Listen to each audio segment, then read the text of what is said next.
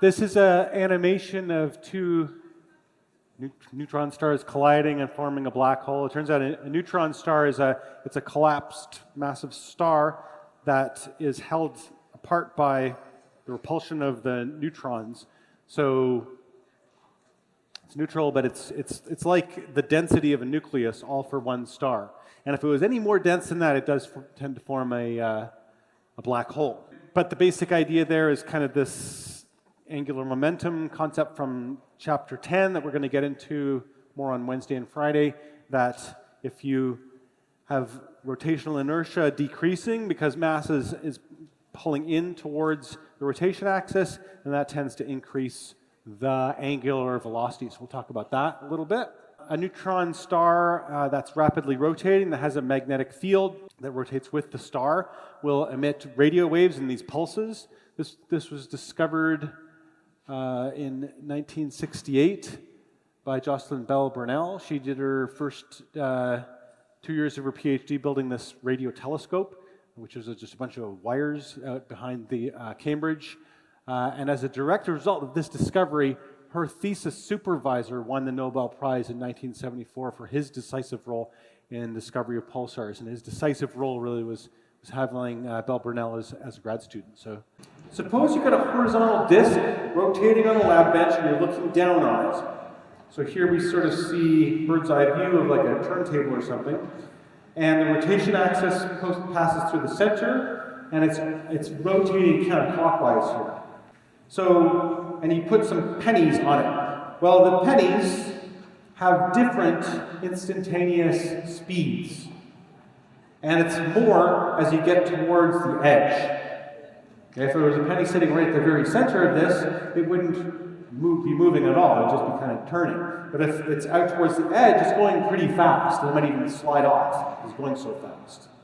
So what is the same about the pennies is that they're all sweeping out equal angle and equal time. This is another way of kind of looking at it is you've got these two pieces of tape on this rotating wheel.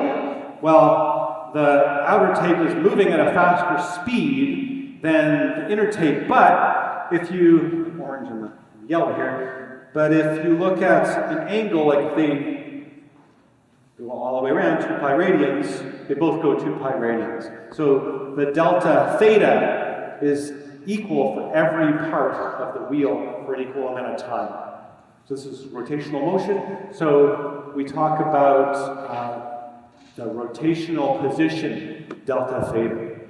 So maybe if you started off at, I guess, sometimes 0 theta is defined as being when it's just crossing the x-axis, and then theta increases towards 90 degrees when it crosses the y-axis, or pi over 2 radians.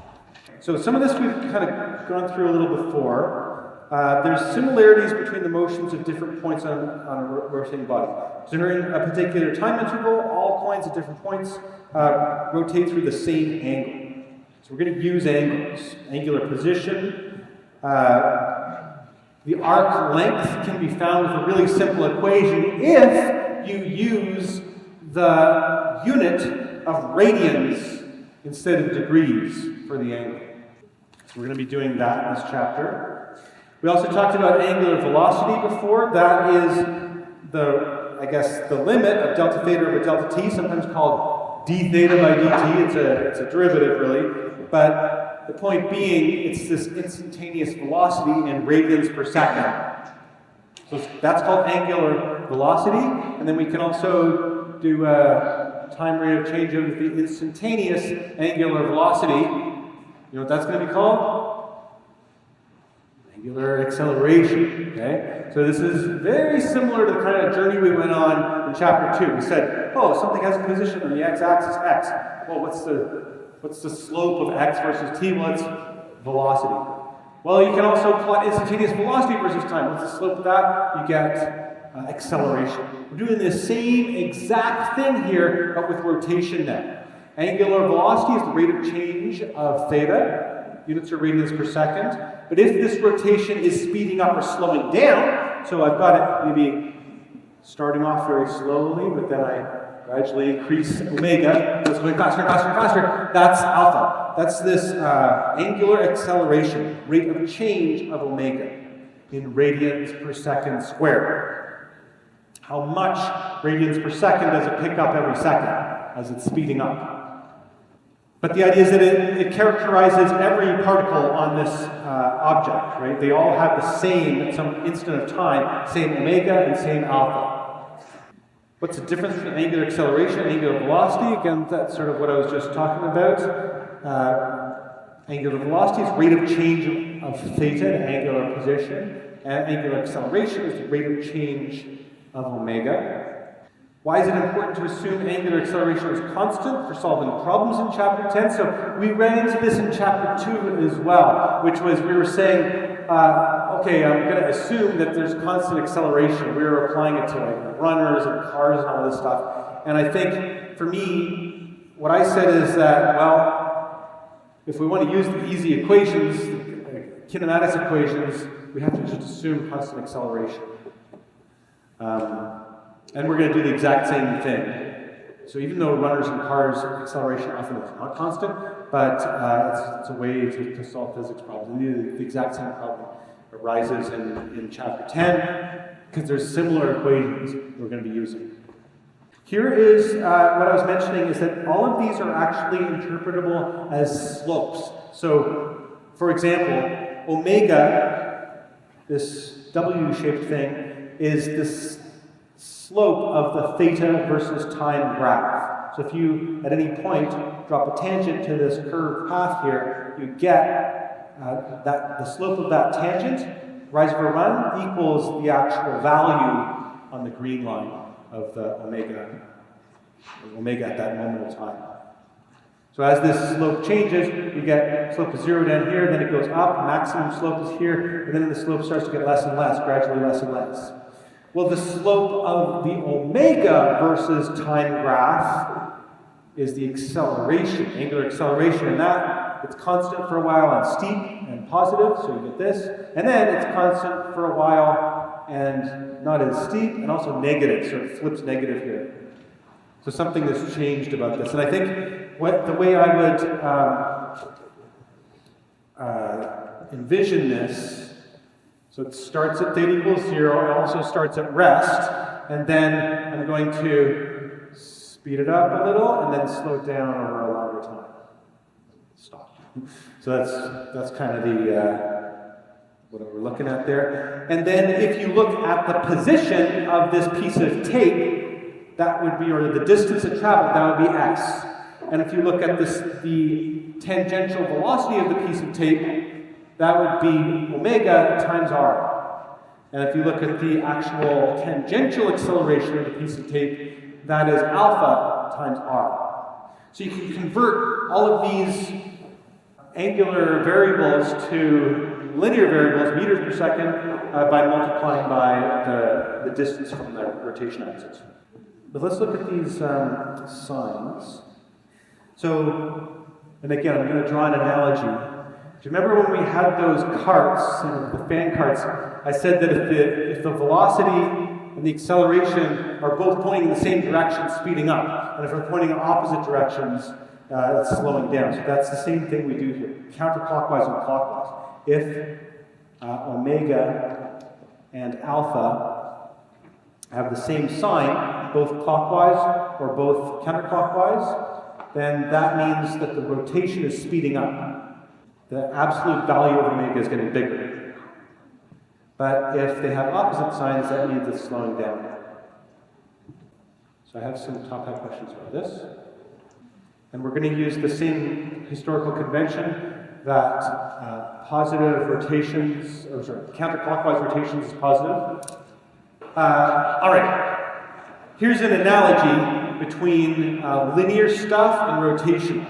So we had linear, we had x specifies position. The SI unit of x is meters. Vx, or velocity, is the slope of the x versus time graph, meters per second. And ax is the slope of the Vx versus t graph. So, with rotational stuff, you've got theta as being this angular position.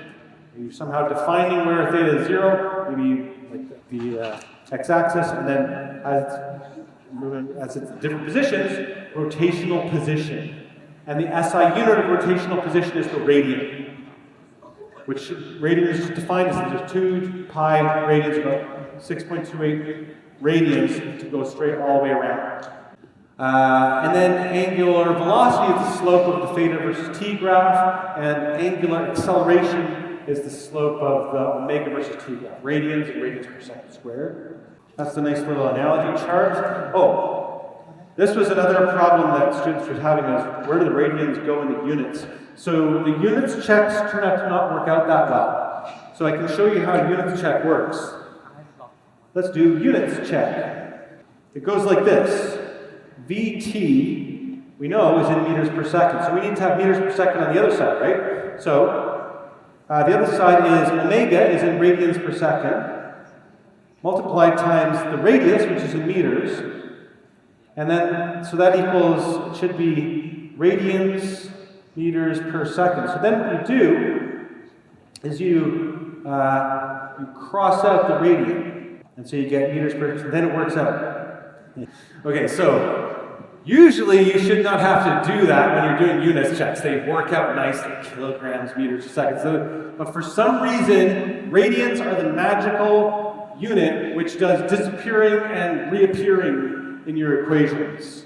So it's a dimensionless unit, so just don't worry about it coming and going in your units.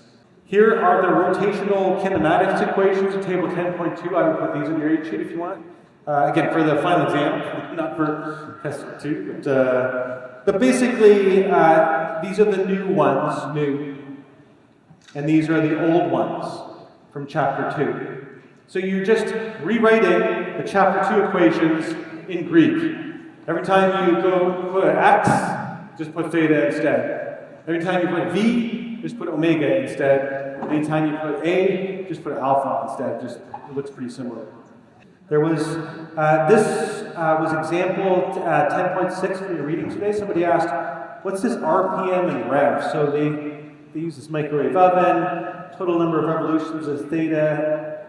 The first thing that they do is they convert this 6 RPM to revolutions. So idea here is that rev is short for revolution. And what that means is that 1 rev is equal to 2 pi radians, or 360 degrees. And then RPM stands for rev per minute. So I would say that 1 RPM is equal to 1, I think it's better to write it as rev over min. That's what it means. And then things are okay, right? Because you've got this is going to be 2 pi radians divided by 60 seconds. So that's a handy little conversion, in case anybody tells you RPMs. Also on today's pre-class survey, there was this question about the merry-go-round. So what do you have? You have omega 0 is 0.50 radians per second. You have alpha is negative 0.025 radians per second squared. You have omega final is 0 final. And you're asked for question is this. And also we don't care about something, I think time. So is there an equation up here that doesn't include time?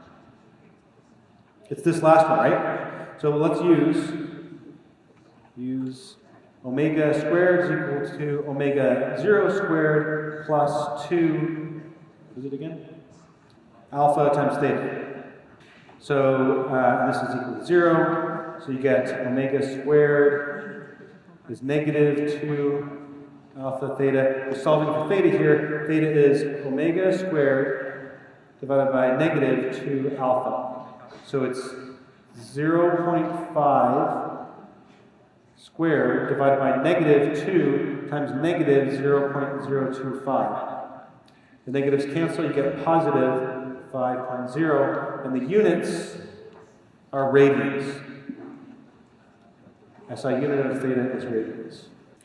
So you're using these kinematics equations, very similar to how you would do it mathematically in chapter 2 questions. We had just stuff going in a straight line. Bicycle wheel has an initial angular velocity of 1.5 radians per second and a constant angular acceleration of positive 0.2 radians per second squared. Through what angle has the wheel turned between t equals 0 and t equals 2.50? So it's kind of hard to draw this because it's just something spinning, but it's definitely spinning counterclockwise, I guess. So we'll define plus is counterclockwise, and we can just write down our knowns, right? So omega 0 is equal to 1.5 radians per second, and I would just say that this is at t equals 0. That's what initial means, right? And then what are we saying here?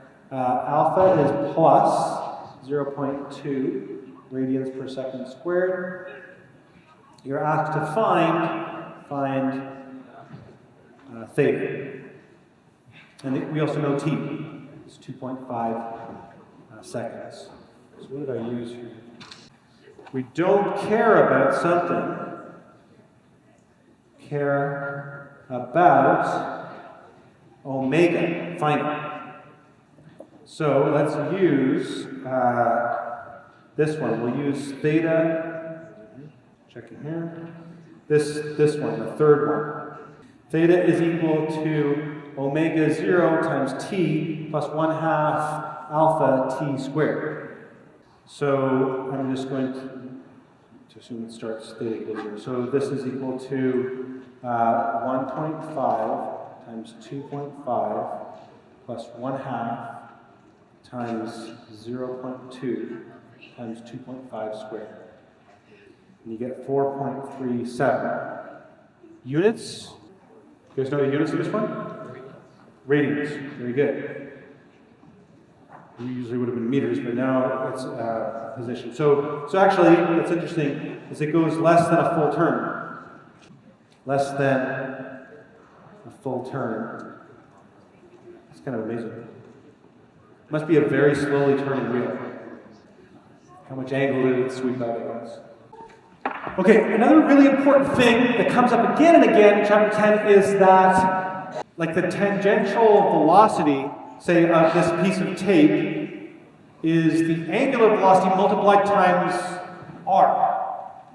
But that's also going to be the velocity of the whole wheel if it's rolling without slipping. Where now r, sometimes you use capital R to give you the radius of the wheel. So these are the equations. Rolling without skidding or rolling without slipping constraints. When a round object rolls without slipping along, the distance that the axis goes is equal to the change in angular position times the radius of the object. It sort of makes sense, right, that if this thing rotates around 2 pi all the way around once, that the whole wheel will travel the circumference. Because you kind of laid down that whole circumference on the table, right? So if theta equals 2 pi, the distance it travels is 2 pi r. So and it's very similar. You use omega in radians per second, multiply it times the radius, you get the speed of the rolling object. And you can also get the acceleration. It's alpha times the radius. So what I have here is 2 masses that are on the end of a little light stick. I don't know how much the masses are, it's like 50 grams or something. And so what I can do is give it some angular acceleration by pushing it. Okay? I guess I'm applying a torque, aren't I? And increasing its angular acceleration. I can also torque it to slow it down. It's kind of a sizable force to get this thing going. Okay, but what I can do, whoa, it's really going here. Ow, let's slow it down and stop it. But I can reduce the effort here by taking these two masses and putting them right in the middle of this plastic stick. And now, I can easily give it angular acceleration. So to see what's going on here. Very easy to rotate this when the two masses are at the very center. Okay? Versus I take the exact same mass, same exact object, all I've done is change the position of these two masses, and now all of a sudden, it's somehow much more difficult to get it rotating. Okay? And it's also a lot harder to get it to stop. See what's going on here? This is the concept called rotational inertia or moment of inertia. Okay, is that how hard is it to get some object rotating? It has to do with two things. One is what the mass is, so more massive objects, it's hard to rotate, but also the distribution of mass. I can really, really reduce this object's rotational inertia just by putting those same masses towards the center. Rotational inertia depends on the mass of the object and also the distribution of the mass around the axis of rotation. The greater the distance between an object's mass concentration and the axis, the greater the rotational inertia. So there's an equation. I'm going to give you a quick little top-hat question on this one. Consider a body made of n particles, each of mass mi, where I is some index number from 1 to n. Each particle is located at a distance ri from the axis of rotation.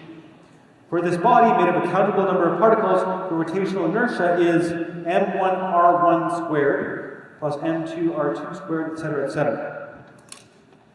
So the units of rotational inertia are kilograms times meters squared, and it depends where you put the axis of rotation. So an example here is if n equals 2, you've got two particles like we sort of have on that stick, then I, rotational inertia, is m1 times r1 squared plus m2 times r2 squared. And what we're going to lead up to is extending this analogy chart so that force, the analogy of force is torque, mass, the analogy of mass is rotational inertia, and Newton's second law, the analogy is alpha is the net torque divided by the rotational inertia. So, last time we were talking about rotational inertia, same thing as moment of inertia. You've got a bunch of particles. Each particle that's going in a circular path of radius ri and has a mass mi has a contribution to the rotational inertia of its mass times the distance from the rotation axis squared. And so you've got this thing called I. It's moment of inertia, also rotational inertia. Okay. Let's do some examples. Here's an example. You have 4 small metal spheres, each with a mass 0.2 kilograms, are arranged in a square that is 0.4 meters on the side. So I'm going to draw this bigger, since I don't like small drawings. You've got this distance is 0.4 meters. And it says, find the rotational inertia about an axis through the center of the square perpendicular to its plane. So it's like a pivot right here. Or you can call it the axis or something. So what we need to find is these distances, I guess r, they all have the same distance r from these are extremely light rods, so all you have is 4 masses. So I have to find the distance r. So I'm going to draw a triangle here where I think this is 0.2 meters. If you do this kind of like half the triangle, and this is r. And this would be, I guess, probably also 0.2 meters. So I think that by Pythagoras, you've got r squared is equal to 0.2 squared plus 0.2 squared. R squared equals 0.08. Anyway, I is equal to m1 times r1 squared plus m2 times r2 squared plus m3 times r3 squared plus m4 times r4 squared, but they're all the same. So you get 4 times mr squared. And so it's equal to 4 times 0.2 kilograms times 0.08. Just plugging that in, and you get that I is equal to 0.06. So that's, and it's got units, kilograms times meters squared. What's interesting, and I talked about this a little bit last time, is that rotational inertia, like mass for an object, is going to be the same it's always the same. This mass right here says 5 kilos. That's its mass. So you would think that that little square of 4 masses, its moment of inertia is 0.064 kilogram meter squared. Not true.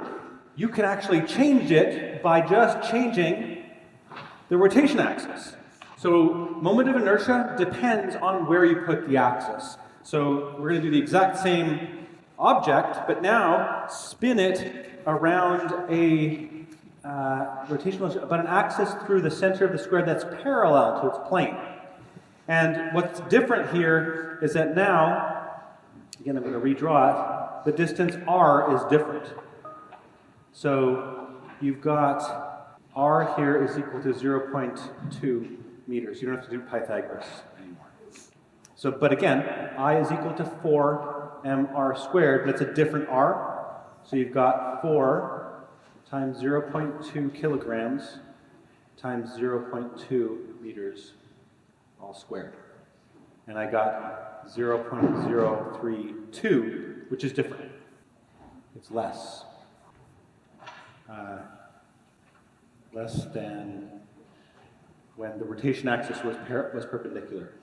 And I think the reason there, the only reason is that when it was perpendicular to the plane, all of the masses were a bit farther from the axis than when you bring the axis down into the plane. They're a little closer, and that actually reduced the moment of inertia by a factor of 2. Okay, so that's it for point masses. If you have bigger shapes, then you just look them up in a table.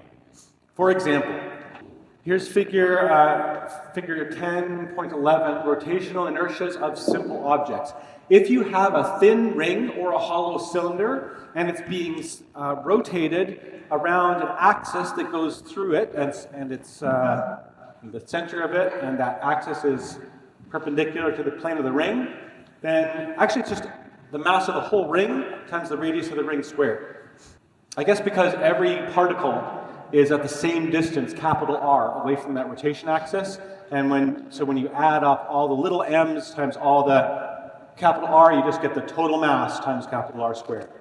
But it's not always that mr squared. You can get, for example, here's a thin rod rotated around its center.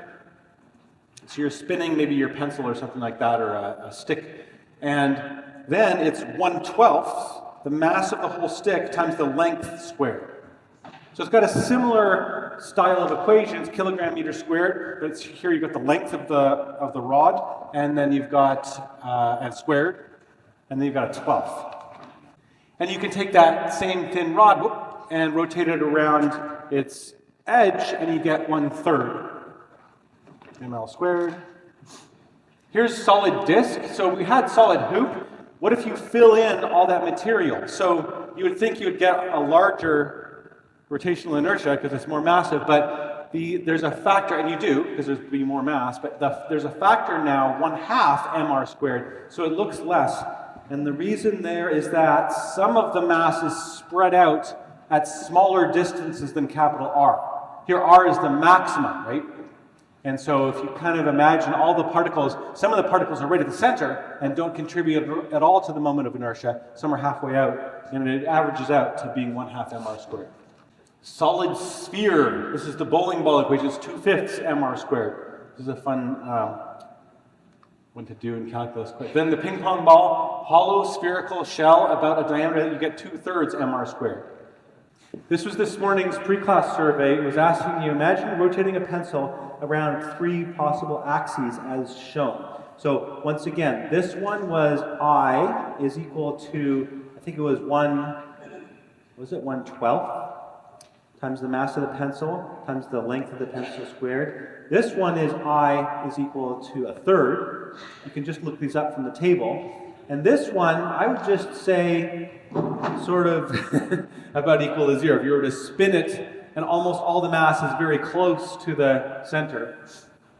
Or you could, maybe a better way to put it is that if there's a little radius in here, r, radius of the pencil, you would say probably 1/2 times the mass of the pencil times r squared. But r is obviously, anyway, the largest is. So, yeah, chapter 9, we did static equilibrium. You're trying to balance all the torques and the forces to keep things not accelerating and not having rotational acceleration. What if you want it to rotate or stop to rotate? So I'm going to hold this wheel up and go through a couple of things here. Your bike is sitting upside down or something. You've got the wheel there, and you push on the front towards the axle. Okay? So this is a force, but since the force line, I guess, passes through the pivot, it doesn't give any torque, so it doesn't rotate.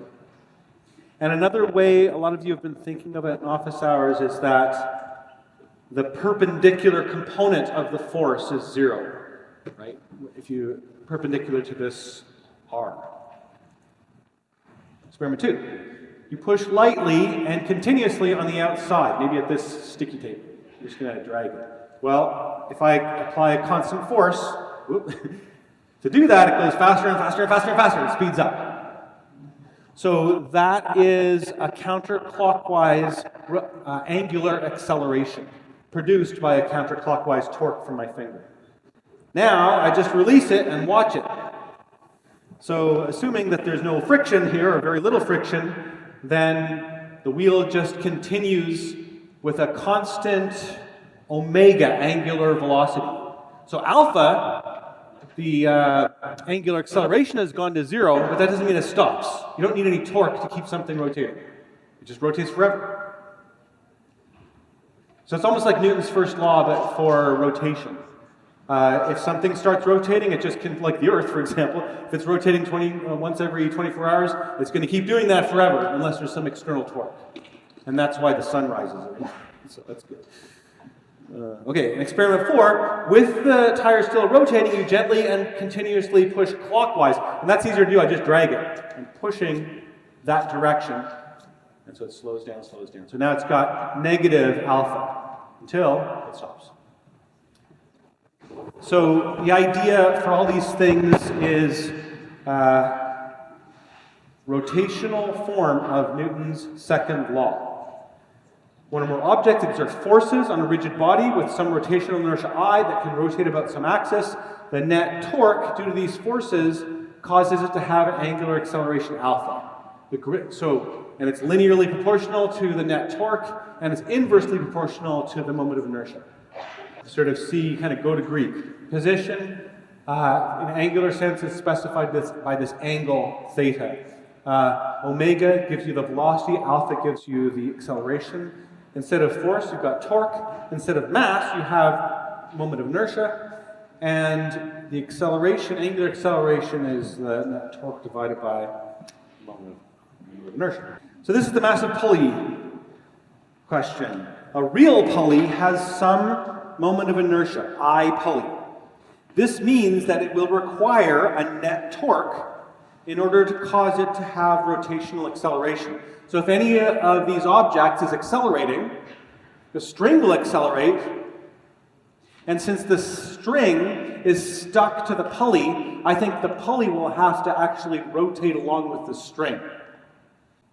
For example, I think if M1 drops downward, isn't it going to have to spin the pulley clockwise? So to do that, I think you need some net torque. And where that comes from is the tension. There's a tension pulling down on the pulley, and there's a tension pulling to the left on the pulley. Because remember, anytime you pull a string taut, it pulls inward on both objects. The other thing that comes up, if you're going to actually solve these problems in the textbook, is called, I guess, the acceleration constraint or something. So when an object is attached to a pulley, the distance the object travels is equal to the change in angular position of the pulley times the radius of the pulley. Okay, so let me go through that a little more slowly. Basic idea is, if this moves some like distance, like s or something, then there's an arc length here, s, that this moves. And there's also a distance here that this moves. And what's interesting too is that the rate of change of this s is the same. So if this is moving at some speed v, then this will be rotating at some omega is equal to v over r, I guess. And then the other thing is that if this is accelerating at some speed a, some acceleration a, then this will have acceleration alpha is a over r, and this will have the same acceleration a. They're all kind of going together, but the idea is that theta is s over r, so I guess theta is v is omega times r, and the acceleration is a. It's very similar to, I guess, the motion of the outside of a wheel. It's also very similar to rolling without slipping. It's these same equations. You're just timesing r by the angular ones, and that gives you the linear. Because r is constant. Angular momentum. So there's a whole new letter. We keep on introducing new letters, and we're soon going to run out of letters of the alphabet. This one's L. It stands for angular momentum. And the idea is that it's similar to linear momentum P. P was m times v. So instead of m, we've got moment of inertia, and instead of v, we've got omega. The other thing that we've got here is a direction. Do you remember how linear momentum was a vector? It turns out we put these little vector signs on angular momentum as well. And the reason is that there's a definition for the direction of angular velocity, which is important, and I'll talk more about it as this course goes on. It's also really important for Physics 132 to kind of get this concept, which is that you use what's called the right-hand rule. So if something's rotating, you take your right hand, your thumb goes in the parallel to the axis of rotation, and then your fingers naturally bend in the direction of the rotation, and now your thumb is pointing in the direction of the omega vector. So this is a model. Clearly, probably the model was invented by right-handed people or something. You could easily, I guess, historically have just used your left-handed and defined omega to be in the opposite direction, but we're going to use the right-hand rule to define the angular velocity vector to be perpendicular to the plane of the rotation and in the direction your thumb would point if your fingers are curving in the direction of the rotation. Why would anyone do this? Well, first of all, what's interesting is that every particle in this plane is sort of moving in a different direction, isn't it? In this plane. They're all going in all these different directions. So if you ask what direction is this thing moving, it's difficult to come up with a vector because all the vectors are going to be kind of wrong most of the time. So we just choose to put a vector which is perpendicular to the plane, then it specifies the plane of rotation. And you know it's rotating, so you've got two choices, and so you can now use the right-hand rule to specify clockwise or counterclockwise by just doing out of the page or into the page. It's a really clever little trick, I think, actually. So, and so what does this do? So, like example, if this is turning clockwise, I have to curve my fingers this, so that means that now omega and L is pointing into the page that way. If I rotate it the other way, counterclockwise,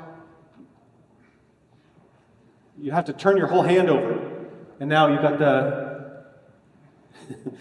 So this is actually something that I see during tests and exams, is I see students, like, they have to put down their pen and like do this thing and try to figure it out for the problem they're solving. So this is actually a time where the left-handed students don't have to drop the pen. Okay, and there's something called conservation of angular momentum. It turns out, we're going to read about this on Friday, the rate of change, d by dt, of the angular momentum is the net torque. And so if there's no net torque, then the L is L prime or something like that. The initial and final of the angular momentum is the same. We're going to compare me sitting on a chair with my arms outstretched or my arms in. If I'm on a frictionless vertical axis, then there's no external torque, so I'll just rotate forever. I'm going to begin rotating at some particular value of omega, and I have my arms outstretched. So 2 5-kilogram masses far from my rotation axis. And then I'm going to bring the masses in. So I'm going to start with some particular omega, and I have to give myself an external torque with the arms outstretched. Get myself rotating. How about that? Pull it in. Whoa! Okay. So that's a greater omega, and then a less omega. Okay. Good. So let's explain. Oh, sorry. Okay. Let's explain that. Here we go. I begin rotating at some particular value of omega with arms outstretched. I is large. Omega is pretty small. But L has some value, which is the product. If I decreases and there's no external torque, net torque, then L must stay the same, so omega has to increase. Counterclockwise as viewed from above. So I'm going to, as viewing from above, I'm going to spin it counterclockwise. I'm going to hold it like this. So what's the direction of the angular momentum, or rotational momentum here? Up. Yeah, good. Okay, so I like it. Watch very carefully. So this is pointing towards you. If I rotate this counterclockwise, it's spinning counterclockwise. Watch this. Now which way is it spinning? Counterclockwise. What? I'm going to rotate the clock right around the transparent clock. Okay, so I'm flipping it. Counterclockwise. Same thing. Clockwise. It's kind of magic, right? And it kind of makes some sense, right? Because you would rotate your hand around. You're actually rotating the L vector as you turn this. So, trick is, what am I going to do here? I am going to, this demo is where I hold my foot on the floor, spin it, and then flip it. So what happens, right?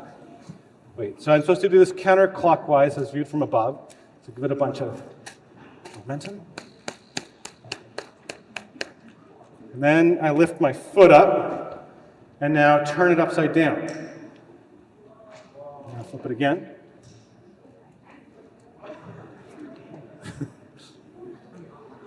I want to look over there.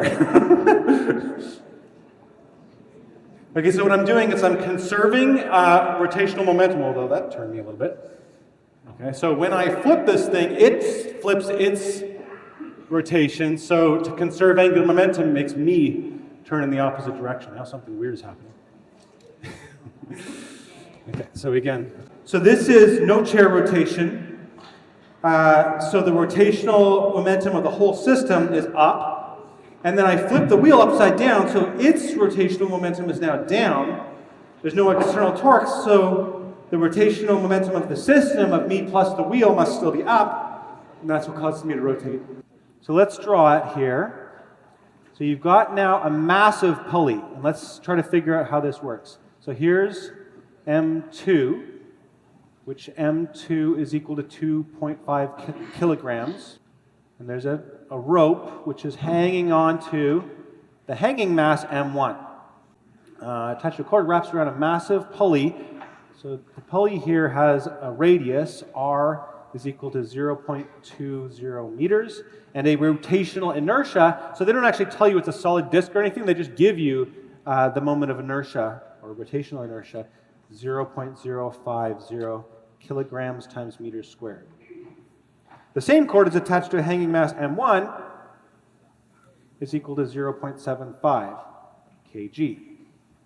So what we're going to do here is I'm going to say that this has got some angular acceleration that way. This has got some acceleration to the right, and this is going to have the same acceleration downwards. So what I'm going to do is kind of define these as being the plus directions. So, but especially here, I'll define plus x is down for the hanging mass. I want all the accelerations to kind of match. So this is plus x for the mass that's on the table. This is plus alpha for that rotation. So what I'm going to do is it says assume that there's no friction on either block or the pulley. So there's just these tensions. And I'll call the tensions T2. So T2 pulls that way on the mass and pulls to the left on the pulley, and then T1, which pulls up on the M1 and down on the pulley. So let's do the pulley system and try to redraw it. It's a circle, and it's got this tension, T2, pulling to the left, and it's got this tension, T1, pulling down. And the perpendicular lever arms are capital R for that tension and capital R for that same that tension. So the net torque is going to be the counterclockwise one. Well, yeah, I guess we'll do T2 times R, that's counterclockwise, minus T1 times capital R. And you got the angular acceleration is the net torque divided by I. That's Newton's second law for angular acceleration for the pulley. So what you get here is that it's R divided by I times T2 minus T1. And then if you look at the M1 system, you can just do a free body diagram for that. You've got T1 pulling it up, and you've got M1G pulling it down. F net in the x direction here, I guess, is equal to M1G, this is plus x is down, M1G minus T1. So the acceleration here is equal to M1 times G minus T1, all divided by M1. So I think what we can do here is start labeling these equations. This equation might be equation 1. This equation could be equation 2. And then the third thing is going to be from M2. So we'll say M2, the free body diagram looks like there's a normal force up, there's M2 times G down, and then there's the tension pulling it, T2 pulling it to the right. And again, plus x is to the right for this one, so F net in the x direction is equal to just T2. So the acceleration here is T2 divided by M2. And that's your third equation. Unfortunately, we've got T1 and T2 are unknowns. Alpha is unknown and A is unknown. So that's 4 unknowns. So I think what we need is a fourth equation. Fourth equation is the acceleration constraint, which is that the string doesn't slip on the pulley. So note that when the M1 falls, A is positive, but I think it'll make this turn clockwise, but alpha is clockwise, which we defined as negative. So the acceleration constraint here, you would normally put that A is equal to alpha times R, but that's not going to work because it'll give you the wrong sign. So just put a minus. And that'll be our fourth equation. Now we've got 4 equations, 4 unknowns. So we can solve it out. We're trying to find acceleration, right? After the system is released, what is the acceleration of M1 as it falls? So the unknowns are T1, T2, alpha, and A. And we're trying to solve for A. Okay? So I think we can do that. We've got equation 2 gives you M1A is equal to M1G minus T1. So T1 here is equal to M1G minus M2A. And I'm going to plug into 1. Equation 1. And also 3, by the way, implies that T2 is equal to m2 times a. So alpha here is equal to r over I times m2a minus m1g plus m1a. We're going to plug into 4. So a here is equal to negative r squared over I times m1 plus m2 times a minus m1g. So pull all the terms that have a in it over onto the left-hand side. You've got a over r I times I over r squared plus m1 plus m2 equals m1g. You kind of see this is what is sort of preventing it from accelerating, and what's driving it is the m1g. So you've got a is equal to m1g divided by the ratio of the moment of inertia of the pulley divided by r squared plus m1 plus m2. And you plug in all your numbers, divided by, they gave you the rotational inertia of the pulley is just 0.05 divided by 0.2 squared plus the mass of the two objects, 1.6, and it's meters per second squared. So that's how you do the massive pulley problem. This is important not just for physics 131, but for physics 132. And so I'm sort of getting you to start thinking about cross products in terms of magnetic forces. But basically, there's a direction to a cross product of two vectors. So the magnitude is just given by, if say it's A cross B, then it's the magnitude of A times the magnitude of B times sine of theta, where theta is the angle between the two vectors. So when two vectors are parallel, the cross product is 0. When they're perpendicular, you get the maximum cross product. There is a definition in math, which is very useful in physics, which tells you that the direction of the cross product is perpendicular to the plane of the two vectors. Just a nice, convenient way. But there's two perpendiculars you can have. You could do perpendicular one direction or perpendicular the other direction. So then you use what's called the right-hand rule. You take your right hand, point your fingers, your 4 fingers, in the direction of A, the first vector you're going to cross multiply. Then you bend it towards the second vector, B, I guess. And then your thumb points in the direction of the cross product, which is perpendicular to the plane of A and B, but it's either perpendicular one way or the other way, right?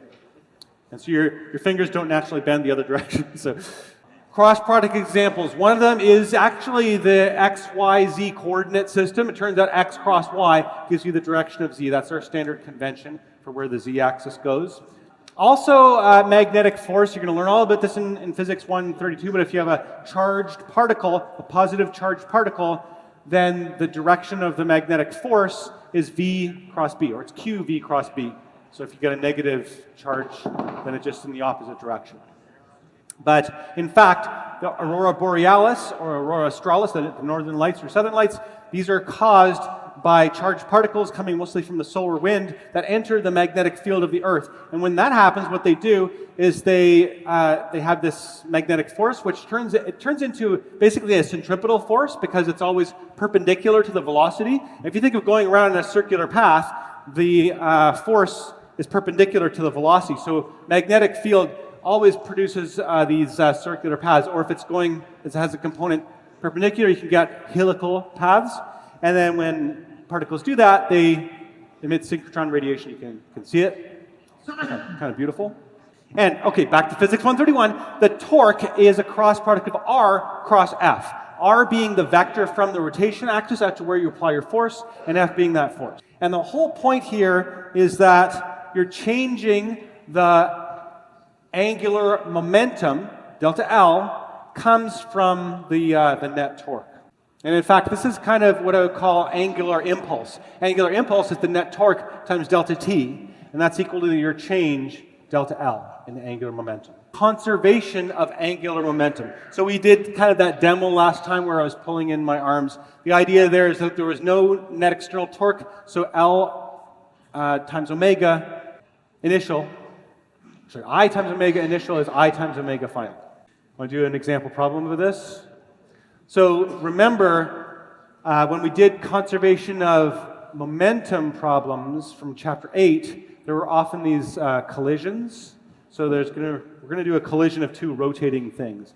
A 20 centimeter radius, two kilogram solid disk is rotating at 200 RPM.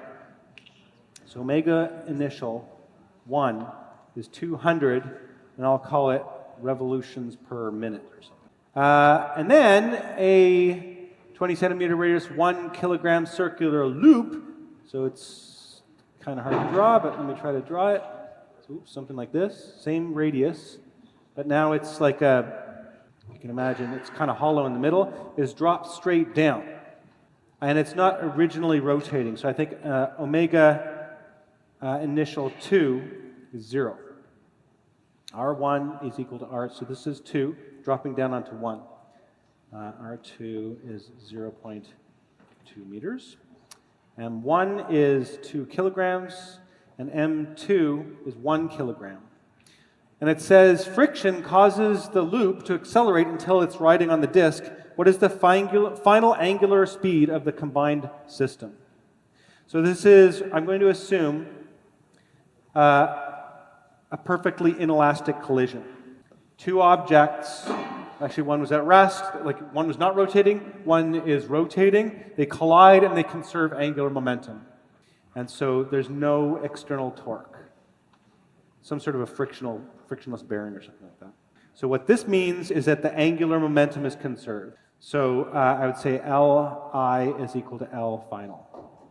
And remember that L is equal to I times omega.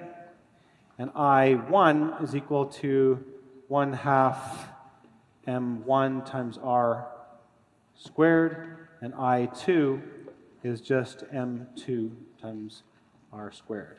So where those last equations are coming from, this one is that this is a solid disk. So I looked it up in that table. There's a half there. And this one is the hoop. So I'm going to call these two R's just R because they're the same. So let's do it. Li is equal to L final. So it's going to be I1 times omega 1, omega initial 1, plus 0 is equal to I1 plus I2, because they're stuck together now, times omega final. We're trying to solve, so we can write some things in here. 1/2 M1 times R squared times omega I1 equals 1/2 M1. I think I can kind of divide both sides by, let's do R squared over 2. Get rid of some of those R's. I end up with M1 omega initial 1 is equal to M1 plus 2 times M2 times omega final. And then I get omega final is M1 over. So I think I'm just going to leave it in revolutions per minute. 2 divided by 2 plus 2 times 1 times the 200 RPM. And I get omega final is equal to 100 RPM. So that's a perfectly inelastic collision between two rotating objects. They conserve angular momentum if there's no... Got some time for energy? We do. I want to do rotational kinetic energy, and then we'll be done for the week. You guys can have your weekend. Rotational kinetic energy is, probably not surprisingly, 1/2 I omega squared. Instead of 1/2 M times V squared, you just kind of swap it out. They actually do derive this in the book by doing the work of a torque to rotate something a certain angle. But I'll just sort of write it down there. This morning's pre-class survey, basically, so you got a solid disk of mass. So what this solid disk means is that I is equal to 1/2 mr squared. Mass of 5 kilograms, diameter, so R is equal to 0.5 meters. If it's 1 meter diameter, and it spins 5 times per second. So omega is equal to 5 revolutions per second times 2 pi radians per revolution. You should really convert this to 2 pi times 5. So, or whatever, 10 pi is your omega. So what you do is you do your rotational, hopefully you've got it, you do 1/2 times another half times the 5 kilograms times 0.5 squared, and then times omega squared, so times 10 pi all squared. I worked it out, I got 310. And then you got to remember that this is joules. They talk a little bit, there's a school bus with a flywheel inside it, but you can use flywheels for storing and providing energy. In a car with a flywheel, instead of rubbing a brake pad against the wheel and slowing it down, the braking system can actually convert the car's translational kinetic energy into the spinning of some internal little flywheel. And then later you can use that rotational kinetic energy to speed the car back up again. Okay, yeah, so I think now we've finally completed the linear versus rotational analogy chart. Position, velocity, acceleration. You can also have rotational position, rotational or angular velocity, angular acceleration. Force, that's what causes acceleration. Torque is what causes angular acceleration. Mass, that's kind of what's on the bottom of this Newton's second law. So acceleration it gets bigger with more net force, less with its mass. Angular acceleration gets bigger with the net torque and less with the moment of inertia. Kinetic energy turns out to have an equation, 1/2 mv squared, 1/2 I omega squared is rotational, so a spin kinetic energy. And momentum, P equals mv, we've got L is equal to I times omega. And what can happen if something's like rolling along or something, then it has both. It'll have some translational kinetic energy, 1/2 mv squared, but since it's also spinning around its axis, you add the 1/2 I omega squared to get the total energy of something. And you can add all kinds you can do kinetic energy, gravitational potential energy, spring potential energy, rotational kinetic energy, internal thermal energy. I talked about that a little bit, that you might lose something to heat due to friction. And there's work by a non-constant force, or non-conservative force, which is yes, constant force, but not conservative, FD cos theta. What if you have a 0.5 kilogram basketball rolling along at 1 meter per second? What's its kinetic energy? So you don't just use 1/2 mv squared, you add the two things. So let's draw it. It's going like this. Its center of mass or something is going at 1.0 meters per second, and it's rolling without slipping. So we have equations for that. What that means is that omega is equal to v divided by r, or at least the absolute value of it is. And so you just do k is equal to the k translational plus the k rotational. So it's equal to 1/2 mv squared plus 1/2 I times omega squared. So this is where we have to look up a spherical shell. You get that I is equal to, I think it's 2/3 m times r squared. So you look this up, or it might get provided to you. So I know if I have a basketball mass m and a radius r, 2/3 m r squared is its moment of inertia, assuming that it's hollow on the inside. So all the mass is just in the rubber of the outside of the basketball. So then we can write k is equal to 1/2 mv squared plus 1/2 times I, which is 2/3 mr squared, times omega, which we have from here, v over r squared. So it's kind of fun to play around with this a little and see if we can get things to cancel. It's equal to 2 divided by 6, plus 2 over 6 times there's an m times r squared times v squared divided by r squared. So the r's cancel, which is kind of good because they didn't tell us the radius of the basketball. And now you get 1/2 mv squared plus 2/6 mv squared. So you can add this up, 3 over 6 plus 2 over 6, get a common denominator of mv squared.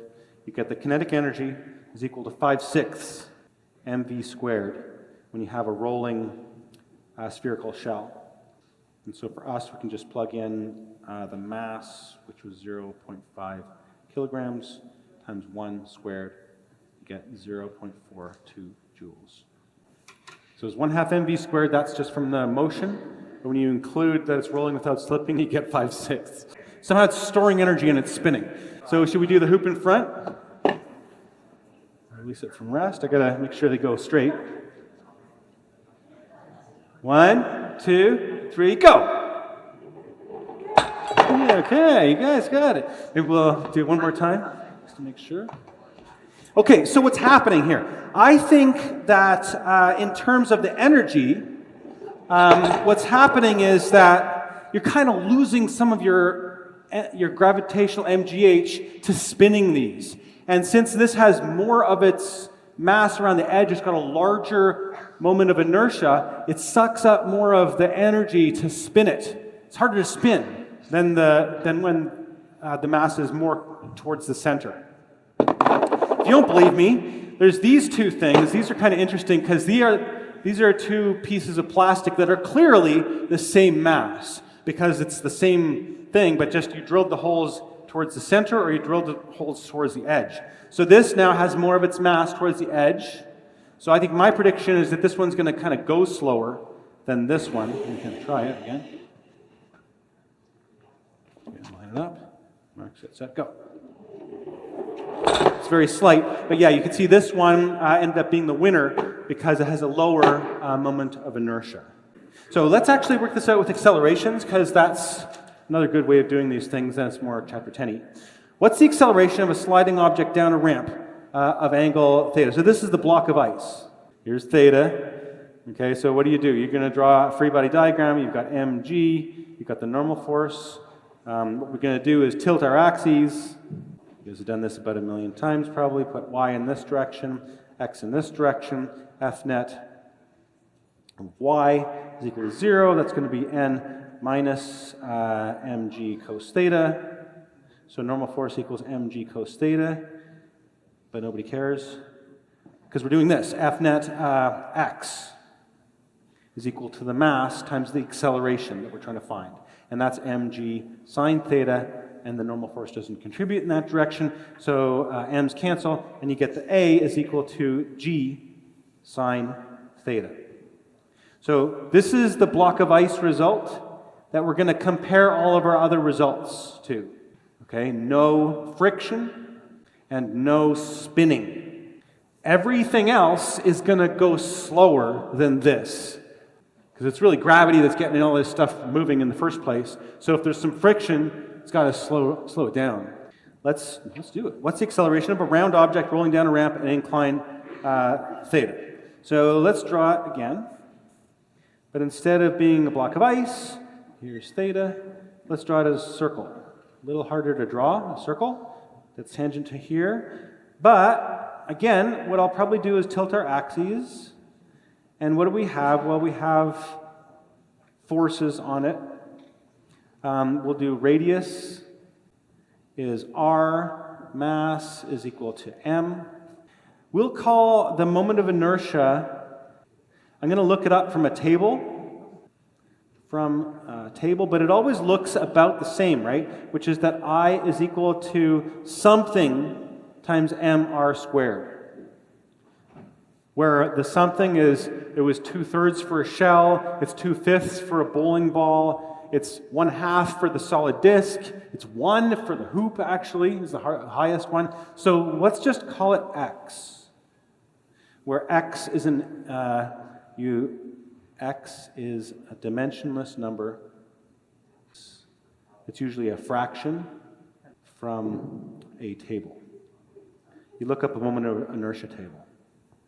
Okay, so a sub x is positive. It's going in the x direction.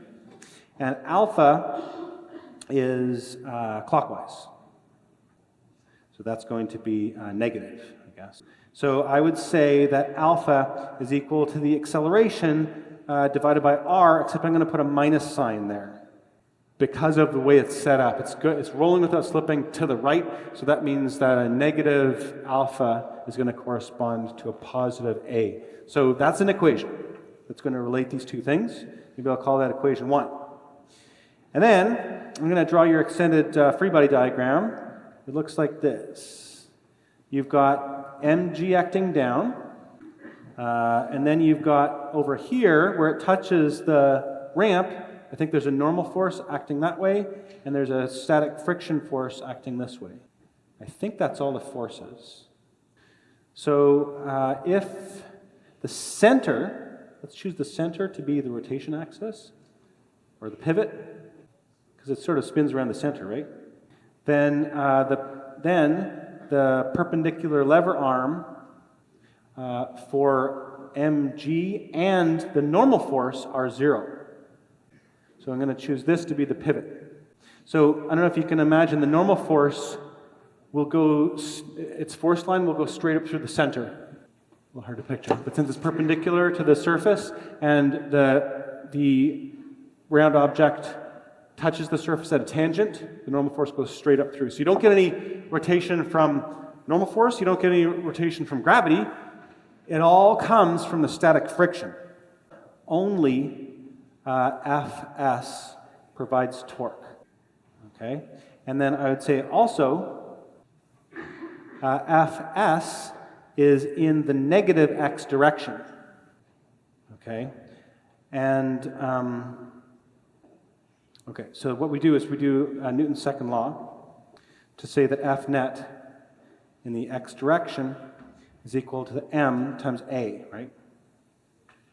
So I've got mg sine theta minus the static friction is ma. So that's Newton's second law for the x direction, we'll call that 2. And then the net torque is just equal to I times alpha. So what's the net torque here? So what we're going to do is this lever arm right here for the static friction is R. So we'll say that it's, and is it, if the static friction is up the hill, it's clockwise. So we say negative Fs times R is equal to x times mr squared times alpha. So I think so we've got 3 equations, and the unknowns are A, alpha, and the static friction.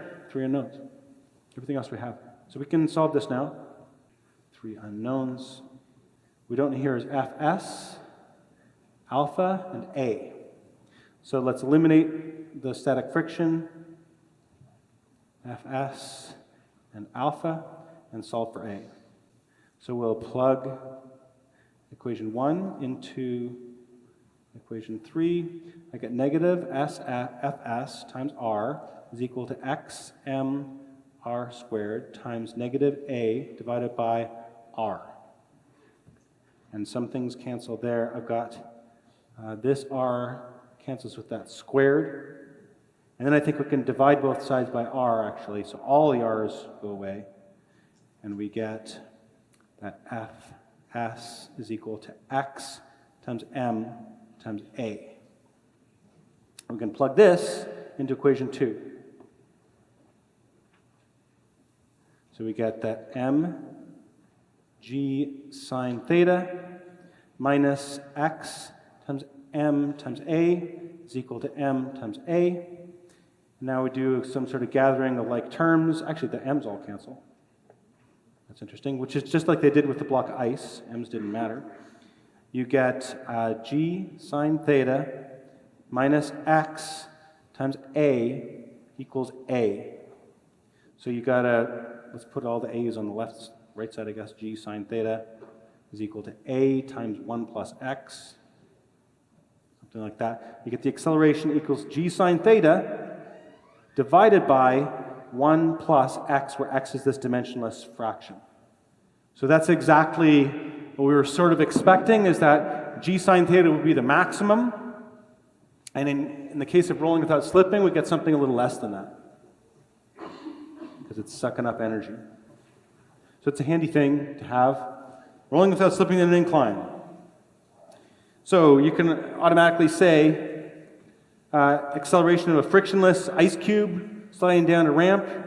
I might put x equals kind of 0 here, right? So I'd say that A is equal to g sine theta. There's no moment of inertia. Solid disk has x is equal to a half. So A is equal to g sine theta divided by 1 plus a half. So you get 2/3 g sine theta. And then there's hoop. Hoop is equal to x equals 1. So A is equal to g sine theta divided by 1 plus 1, which is equal to a half g sine theta. And notice that this is less. That's why the hoop lost in the solid disk 1. If we did a glass marble, then I think that x is equal to 2/5 for a solid sphere. You get a is equal to g sine theta divided by 1 plus 2/5. Consider a solid disk on a long horizontal axle. It's supported by 2 wires on the opposite side of the axle, 2 meters apart. Disk is in the middle.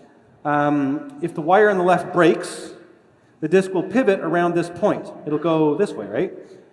Where the unbroken wire, so this is your pivot. Gravity pulls with a force down. This is mg, okay? Or maybe F is equal to mg or something. And R is this vector right here. So if you do the gravitational torque, it's equal to R cross F. So what does that do? R cross F.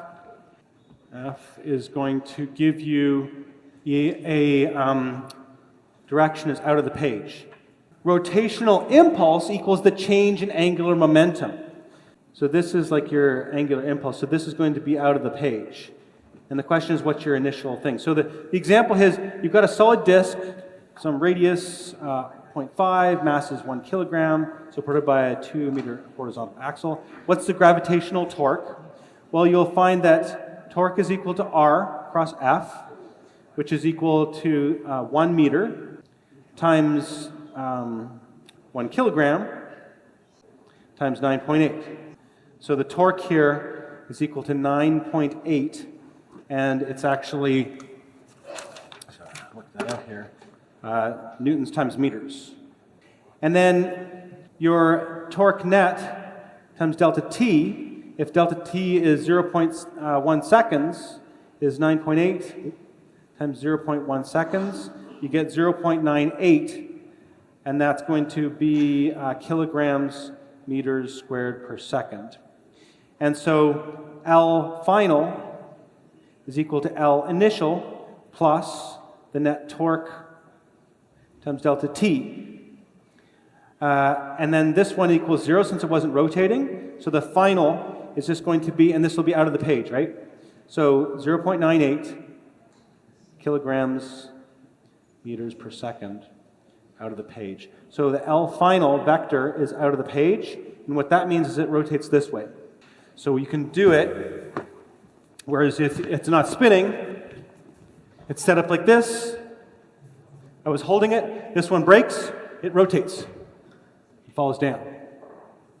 So then what you can do is do the same problem, but now give it a spin. So that now we have this L initial. L initial is way over to the left. Okay? And L initial is equal to I times omega. And I here is equal to 1/2 of the mass times the radius squared, and omega is times 100, so you get 1/2 times the 1 kilogram times 0.5 squared times 100. You end up with something like, I got 12.5 to the left. And this is kilograms meters squared per second to the left. And so delta L is equal to a much smaller number. It's 0.98, and that's this way. So you're adding a 12 vector to the left plus a little vector out. What that does is it just shifts it.